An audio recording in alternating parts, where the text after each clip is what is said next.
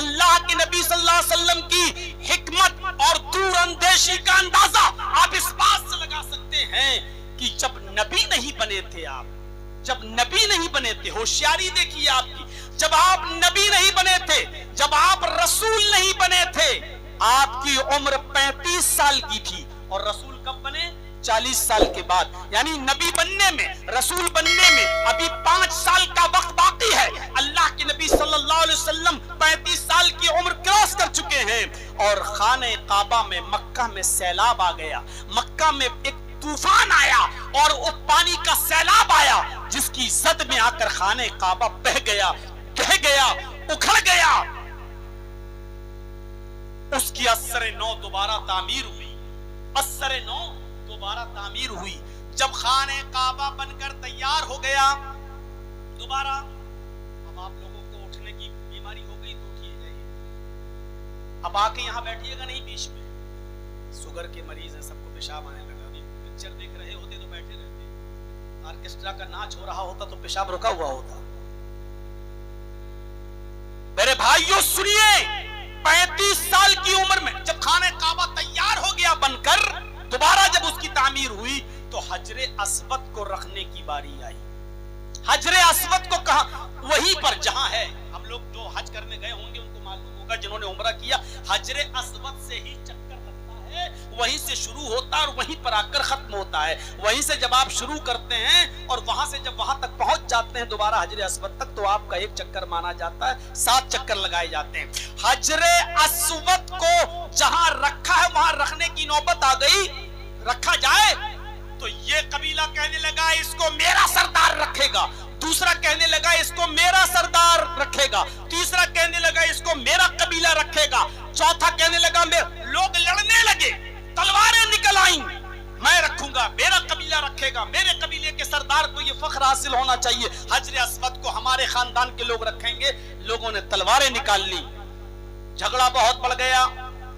ایک بزرگ آدمی تھا وہاں، کوئی بوڑھا سا شریف آدمی، اس نے کہا کہ اچھا میں فیصلہ کروں اس کو کون رکھے گا، کہ بتائیے کیا فیصلہ کرتے ہو، بتاؤ، ماننے کا ہوگا تو مانیں گے، کہ یہاں تو سب لڑ رہے ہیں، ایک کام کرو ابھی سب لوگ اپنے گھر پہ چلے جاؤ اور سو جاؤ جا کر، کل صبح خانہ کعبہ میں جو سب سے پہلے آئے گا، کل صبح خانہ کعبہ میں جو سب سے پہلے آئے گا وہی جج بن جائے گا، وہی فیصل ہوگا، اور وہی جس کے بارے میں فیصلہ کر دے سب کو ماننا پڑے گا، یعنی وہ اسی کو ہم لوگ جج مان لیں گے اور وہ جو فیصلہ کرے اس کی بات ماننا پڑے گی۔